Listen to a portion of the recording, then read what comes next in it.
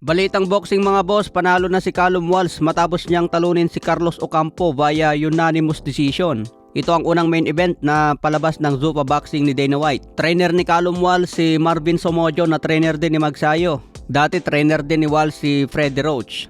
Sa laban pinakita ni Walsh ang control sa halos buong 10 rounds na bakbakan sa middleweight. Kahit pa siya ay natumba sa ika-6 na round.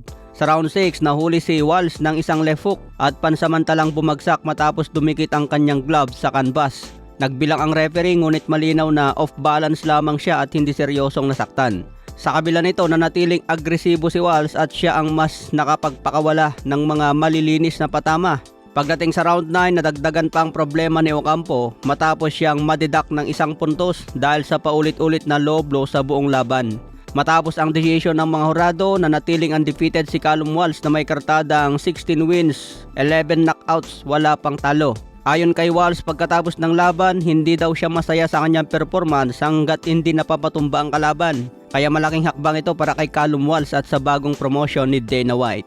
Sa iba pang balita, nagkaroon naman ng tensyonadong face-off sina Jay Opetaya at Noel Micaelian. Agad naman kumalat sa social media matapos makunan ng video at mga litrato. Maraming netizen ang nagbigay ng opinion sa kanilang body language. Ayon sa mga obserbasyon online, si Jay Opetaya ay mukhang kumpiyansa at dominante, habang si Noel Micaelian naman ay tila mas tahimik at gustong tapusin agad ang titigan. Sa ngayon, parehong world champion ang dalawang boksingero. Si Jay Opetaya ang may hawak sa IBF and the Ring Cruiserweight belt, habang si Noel Micaelian naman ang may hawak sa WBC Cruiserweight belt. Dahil dito, lalong lumakas ang usapan tungkol sa isang title unification fight ngayong 2026 kung saan posibleng pag-isahin ang mga belt sa Cruiserweight division. May balita din agad na may laban si Jay Opetaya ngayong March 8 kaya abangan natin. Samantala, abangan natin bukas ang mainit na laban sa pagitan ni Raymond Moratalla versus Andy Cruz para sa kanilang IBF lightweight belt na laban sa Las Vegas.